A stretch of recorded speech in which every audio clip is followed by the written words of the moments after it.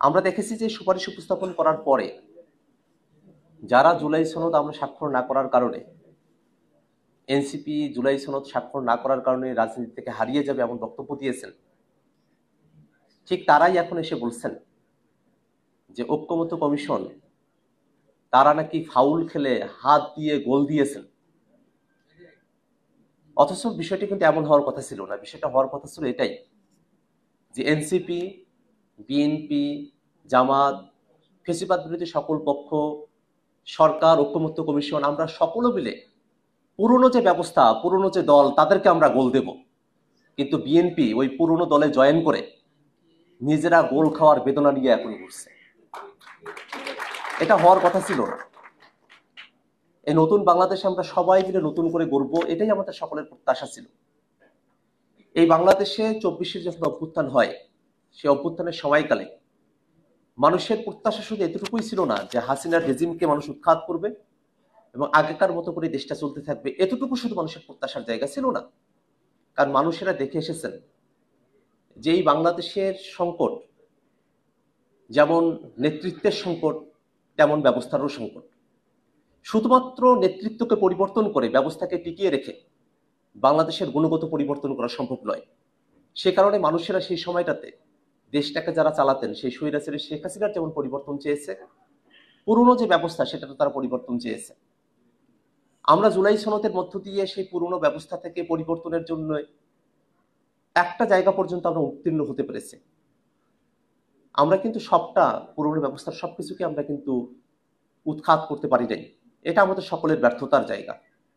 কিন্তু যতটুকু আমরা অর্জন করেছি জুলাই সনদের মধ্য দিয়ে, ঠিক ততটুকুও যদি বাংলাদেশে বাস্তবায়ন করা না হয়, ততটুকুও যদি বাংলাদেশে বাস্তবায়নের পথে একটা অন্তরায় তৈরি করা হয়, তাহলে এত মানুষের জীবন দেওয়া, এত মানুষের রাজপথে আসা, রক্ত দেওয়া এবং এত দীর্ঘদিনের আমাদের প্রত্যাশার জায়গা, সব কিছুতে একটা গুড়ে বালি পরিস্থিতি তৈরি হবে। আমরা এমনটা আর চাই না। সরকার গত সপ্তাহে রাজনৈতিক দলগুলোকে নিজেদের মধ্যে আলাপ আলোচনা করার জন্য 1 সপ্তাহ সময় বেঁধে দিয়েছিলেন। সে সময় শেষ হওয়ার পথে। কিন্তু আমরা দেখেছি যে সরকার আসলে তাদের যে কর্তব্য, যে ম্যান্ডেটের ভিত্তিতে তারা ক্ষমতাপ্রাপ্ত হলেন, যে তারা সংস্কার বাস্তবায়ন করবেন এবং সংস্কার বাস্তবায়ন করবেন জন্যই এই সরকারটা তত্ত্বাবধায়ক সরকার না, একটা অন্তর্বর্তীকালীন সরকার। সেই দায়িত্বের জায়গাটা সরকার হয়তো ভুলে বসেছে। কেননা তারা এখন শুধুমাত্র নির্বাচন এবং নির্বাচন কিভাবে আয়োজন করা যেতে পারে এবং তারা কিভাবে নির্বাচন দিয়ে নিজেরা দায়িত্ব থেকে অব্যাহতি পেতে পারেন, সেই ধরনের একটা পথ খোঁজার চেষ্টায় তারা রয়েছেন। কিন্তু এই সরকার যখন গঠন করা হয়, তখন কিন্তু আলাপটা এই জায়গায় ছিল না। এই সরকারের অন্যতম বড় কর্তব্যের জায়গা বিচার, সংস্কার এবং নির্বাচন। যদি সংস্কারের বিষয়টাতে সরকারের তরফ থেকে কোনো ধরনের গাফিলতি দেখা যায়, তাহলে সরকার যে তার ম্যান্ডেট থেকে চ্যুত হয়েছেন, এটা জনগণের কাছে দিবালোকের মতো স্পষ্ট হয়ে উঠবে। তো আমরা সরকারের কাছে আহ্বান জানাবো, আপনারা যে ম্যান্ডেট নিয়ে ক্ষমতায় বসেছেন, সেই ম্যান্ডেটের অন্যথা আপনারা করবেন না।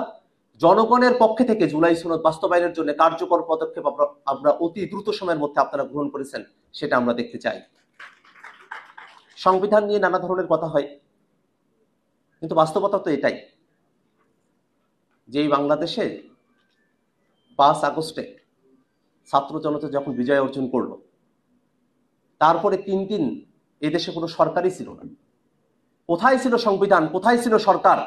ওই 3 দিনের কথা আপনাদের মনে পড়ে না কেন?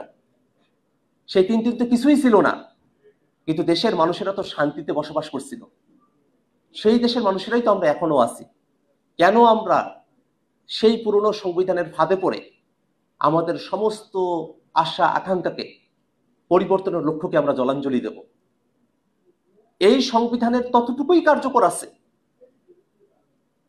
যতটুকু বিপ্লব পরবর্তী বাংলাদেশে স্থিতিশীলতার জন্য প্রয়োজন। এর অতিরিক্ত কোনো কিছু এই সংবিধানের আর কার্যকর নাই।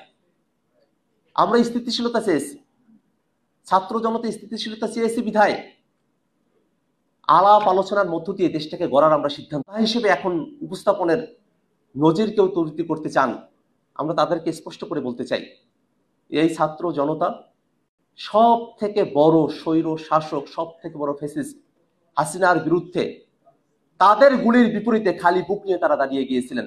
অতএব নতুন বাংলাদেশকে পিছনের দিকে ফিরিয়ে নিয়ে যাওয়ার আর কোনো সুযোগ আমরা হতে দেব না। তো আজকের এই আলোচনা সভা থেকে আমরা সরকারের কাছে বিনীতভাবে অনুরোধ করব, রাজনৈতিক দলগুলোর দিকে সংস্কারের বিষয়বস্তুকে আর ঠেলে দিবেন না।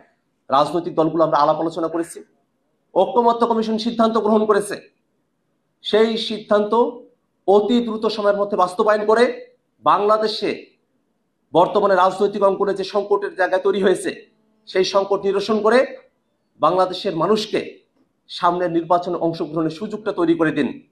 যদি সংস্কারের জায়গায় কোনো বাধা তৈরি হয়, তাহলে সংস্কার না হওয়ার কারণে এই সরকারের এক্সিট পয়েন্ট কি হবে আর সামনে নির্বাচন কিভাবে অনুষ্ঠিত হবে সেই ধোঁয়াশার জায়গা তৈরি হবে।